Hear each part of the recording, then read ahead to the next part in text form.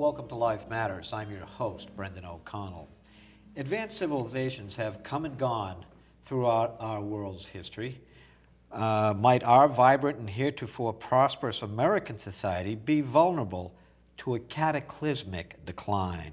Today's Life Matters topic is well known in scientific and military circles, yet the general public has little to no knowledge of this life-threatening, real possibility called electromagnetic pulse.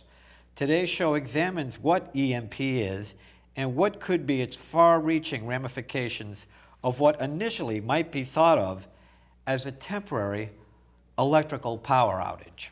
Today's guest was born and raised in Jamestown, New York. He graduated in 1953 with a degree in engineering from the University of Michigan. In 1955, he was conferred an MBA degree from Harvard Business School. He worked at General Electric and at Westinghouse as an engineer. He also was vice president of purchasing and vice president of quality control at the local Polaroid Corporation. He has also taught at Boston University for eight years, and he's been retired, remarkably, for 18 years. Well, welcome, Norquist. Nice to have you. Warren, what is electromagnetic pulse? Well, there are two types of electromagnetic pulses. One is by the sun. If there's a big flare up in the sun, we could get enough transmission of rays that when it hit our atmosphere would cause reactions so that our electric grid system would be greatly endangered. And one happened in 1859, but of course we didn't have the sophistication, so nothing really happened. One happened in 1921, but it only affected a small area. It depends how long the flare lasts, because the world keeps moving. So that now, a nuclear one is one that's set off by someone that wants to create it because of the tremendous damage it can do. In a nuclear one, there are actually three components. There's the initial one that happens in very extremely small fraction of a second. The gamma rays out in space hit atoms. Those atoms are turned to protons. When they reach the magnetic belt, it's turned into something that acts like electricity and can come down and heat up unprotected areas. The second part of the pulse is easier to protect against. Ordinary lightning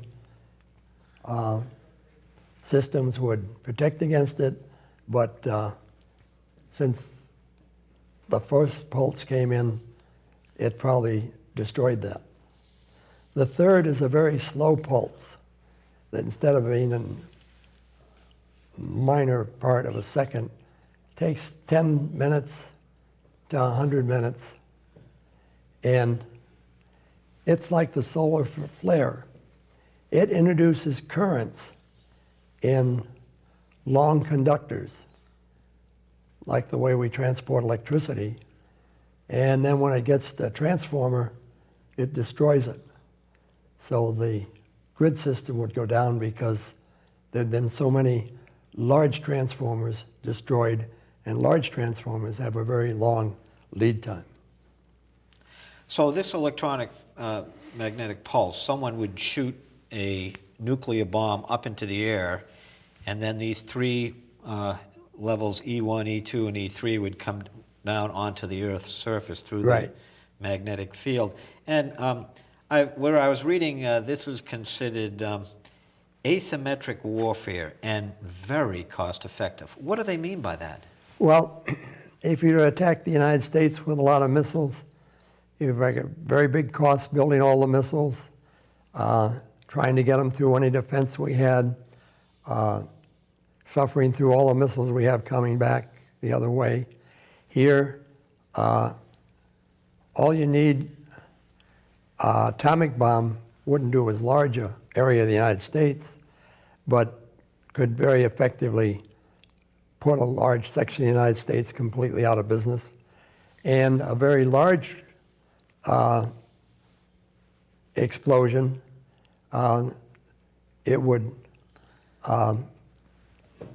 close down the grid, it would close down any electronic equipment, and we'd have a great deal of problems running the country because now it's so sophisticated on electronics that when somebody could easily knock out the electronics with just one weapon. So you're saying instead of multiple atomic bombs, you just need to shoot one bomb, one missile up into the atmosphere, and it could reach the large majority of the continental United States? Yes, and no one on the ground would be killed. They wouldn't even know that it happened until they realized the power had gone out and they tried their cell phone and it didn't work. Then they'd know that it happened. Now, anybody flying in an airplane at the time it goes off would probably be killed because the airplane is run with an awful lot of electronics, and the disappearance of all the electronics would put the pilot in a very untenable position. So basically it would shut down the airplane then. Right. So the airplane would fall out of the sky. Right.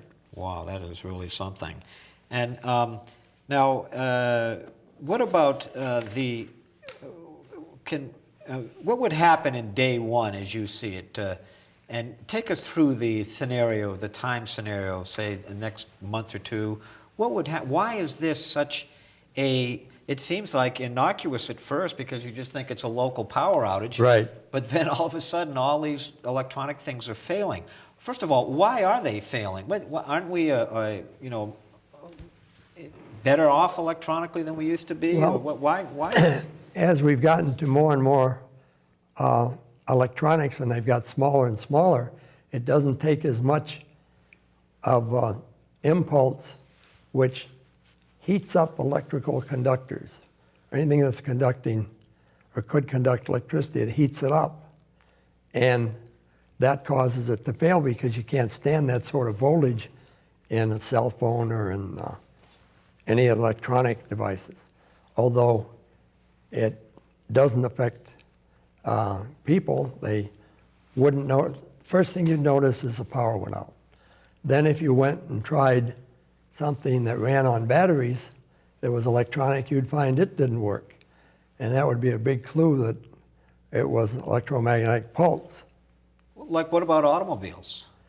Well, if you had an automobile built before 1970, you'd be all right.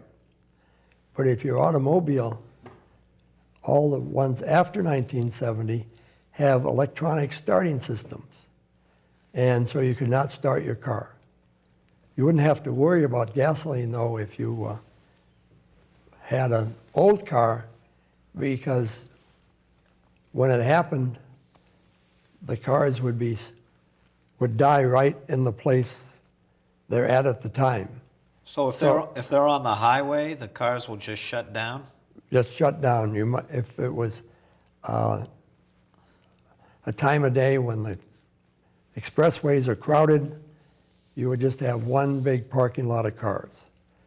And if you need gasoline, the thing to have is to have a siphon.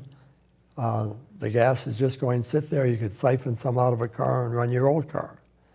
Old cars would all of a sudden be very, very valuable. Old cars would be valuable before 1970 when electronic ignition came in, is that correct? I see. And then going down the road, say a month later, what would occur, like for instance in the United States, if one of these bombs went off in the center of the United States and impacted most of it? Well, shortly you'd begin to run out of food because the food that's used in the supermarket, they transmit what they need by computer to warehouses. Warehouses fill trucks and they bring it to you. Well, trucks won't run anymore either if they have electronic ignitions. The computers won't be able to send the information. Somebody'd have to write it out or say, send me what you sent last month or something. But it wouldn't get there. So you immediately start to have famines. Famines. Because people... Would you have landline telephones?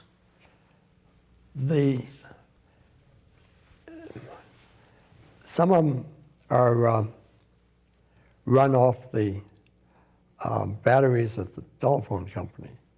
Now, if those are built in a strong enough building with enough concrete, they might work. But virtually almost all telephone activity would cease. Is that correct? right now they're changing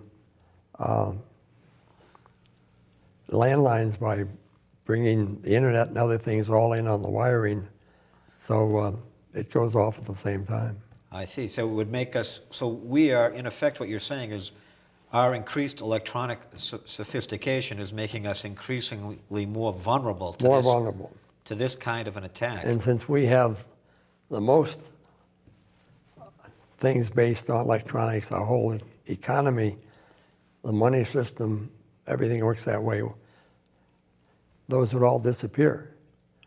I mean, when you had things written on paper, you used to keep track of things with a Rolodex. Well, you have a Rolodex on the computer and that's gone. Mm-hmm. And let me ask you about starvation. I mean, we're talking, we could have food supplies maybe last a month, but then going forward... people would begin to starve. People would pour out of the major cities to see if they could find food in the countryside. Farmland right near the city would be a dangerous place to be because people would swarm over it and take whatever food they could find. If you're somebody out in a farmhouse a long ways from anywhere, you could survive like they did in the 1800s. The whole country would really be shifted back to living like they did in the 1800s. In the 1800s. You didn't have easy transportation. You didn't have easy communication.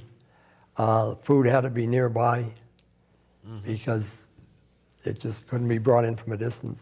Can I ask you just briefly about the components of when you shoot this missile up? How high up, what kind of an altitude would this weapon be detonated at? Well, 30 miles up will give you 1,000 area, a diameter of 1,000 miles. And if you get up near 100, then it's 1,500. And if you get still further out, you'd get one that was 3,000 miles in diameter. And that would cover all of the United States, most all the area in Canada where people live, and the top half of Mexico. Wow, that's something. And do you know the geographic depth, or do mountains or lakes, or do they impact it at all? Or well, if you're up that high, the pulse, when it hits the magnetic field, actually is diverted at an angle. So that's how you get very wide coverage. If the magnetic field wasn't there, it would just come down vertically in sort of that area, but it diverts it so that you get pretty even coverage around the country as far as damaging electronics. I saw. And is there any way for us to know who attacked us immediately? Would we know, for instance, from where this missile came, or who were the perpetrators of this? If it was a missile that came any distance from outside the country, that could easily be tracked. You'd know what ship it came from or where the ship was, and so on. If it was something that got snuck into the country and set off inside the country, in the first place, our anti-ballistic missile system isn't set up to get those right now. So Why is that? The ballistic missiles are pointing out Yeah, away they from just- the country. they They're just not pointing haven't spent in. the money. And until you think about this, you don't really have a need, and you don't know where this is going to go off, and it'd be pretty quick. You'd have to be awfully fast. There are a lot of rogue countries that might do this, or it might be a country that, a large country that decided if the United States wasn't number one, they'd be up there, and they could rig it so it was done by terrorists and looked like the terrorist group, but they would provide all the components that could make it more and more effective. So if it was set off, say, on a ship going up the St. Lawrence Seaway, we wouldn't necessarily know who, other than to get the Right. ship's name, we wouldn't necessarily know right away who had done this. And if it's terrorists doing it, they might destroy all their apparatus at the time they did it. I see. With nuclear proliferation in rogue states or terrorist organizations, is an EMP attack on civilization not a matter of if, but when? The people that have studied it a lot, like commanding general, retired commanding general of the Strategic Command, says that it's not a matter of if, but it's just a matter of when. Because the way it's set up right now, we're such a tempting target. It can be destroyed with one weapon used once. That's a very tempting target to somebody that wants to attack you. I see. And look at what would be left.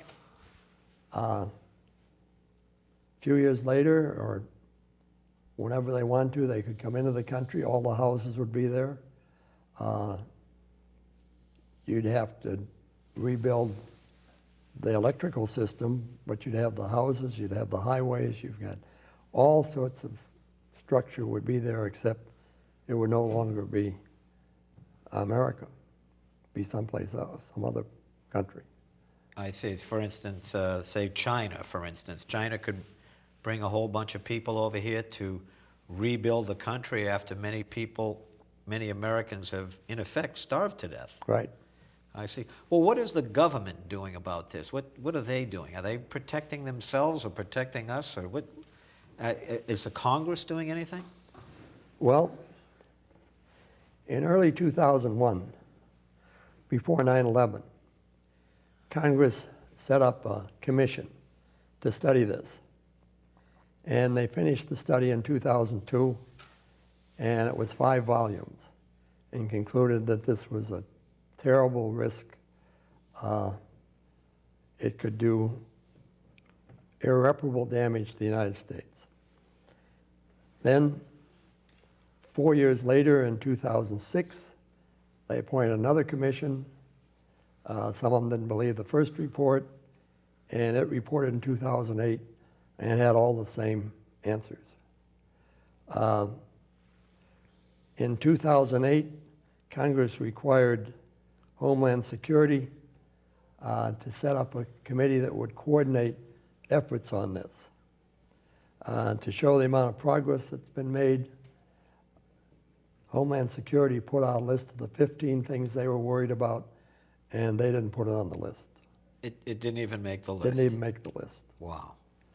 In 2009, the House had a bill, 2195, to protect the electrical grid system.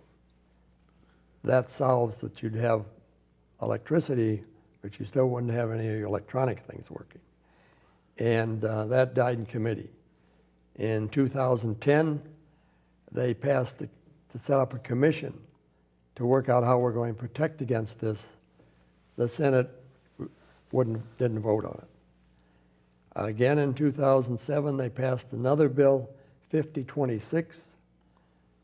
It had support by everybody because it passed by a voice vote. and no one objected to it passing. And that was to protect the grid. That particular bill was done by Representative Ed Markey, who's a representative from Massachusetts. And the Senate still didn't vote. The Department of Defense has done a lot. They have hardened the electronics on their airplanes so that you couldn't knock the airplane out of the sky this way. That's military planes. Right. Okay. We have a 747 with a device inside that's not done by nuclear that'll put out a beam and knock another plane down by destroying its electronics. The You mean our military does? right. Yeah. Oh.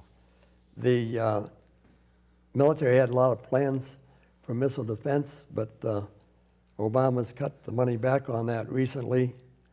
The military feels that this is the best approach, but you also have to consider that it might come from inside the country, and couldn't be like Singapore, where they couldn't defeat the Japanese when they invaded Malaysia because the guns only pointed out to sea. In Singapore, they only... Right. And 120,000 Englishmen gave up to 30,000 Japanese. Wow. Huh. Because That's because they weren't ready for the sneak attack. right.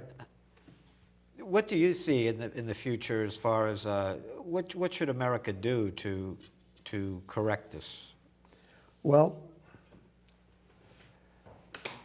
there's an article by Jerry Emanuelson on the web where he discusses how to get prepared for this.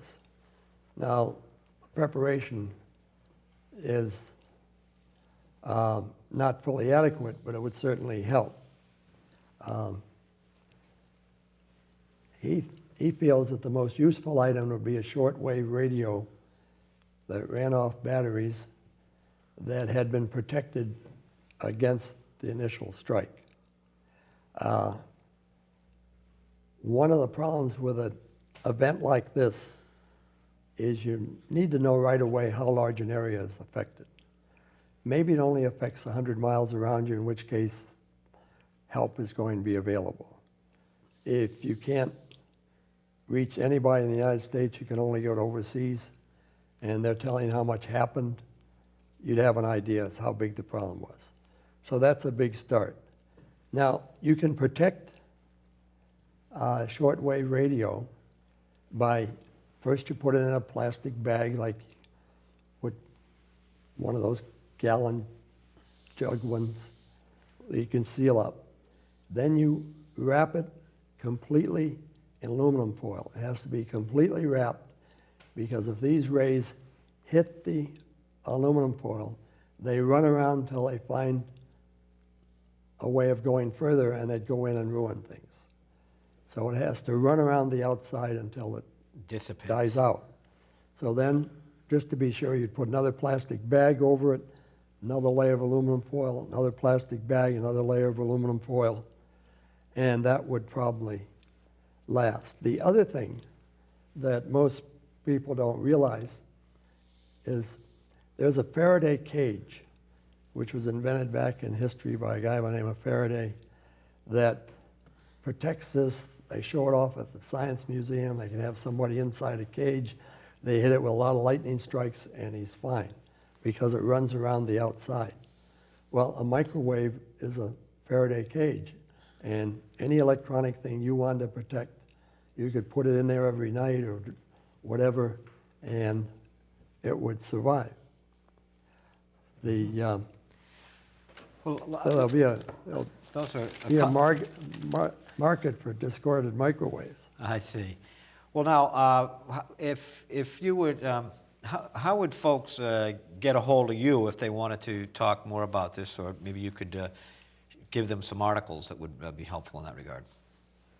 Okay, one article is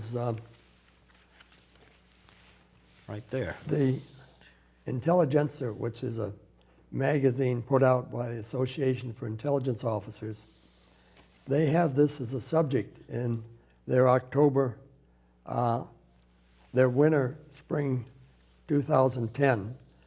And you see it says on the front, we're running out of time to counter an electronic Pearl Harbor, either by cyber things, action destroying us, the power grid by EMP or EMP in general. I see. The feeling is that sooner or later there'll be an attack. If you can get ready for it, there's some things individuals can do, but the long term, the damage that's done a month, 3 months, a year out, is only Congress can guard against it. Thank you so much for being on the show today. And I know you can Google electromagnetic pulse and read a lot about this. We hope you found today's show about electronic magnetic pulse to be unique, informative, content-rich, and thought-provoking. EMP could be a massive and devastating threat to human life and to our American civilization. Research EMP yourself and please let others know. And thanks for watching. I'm Brendan O'Connell, your friend for life.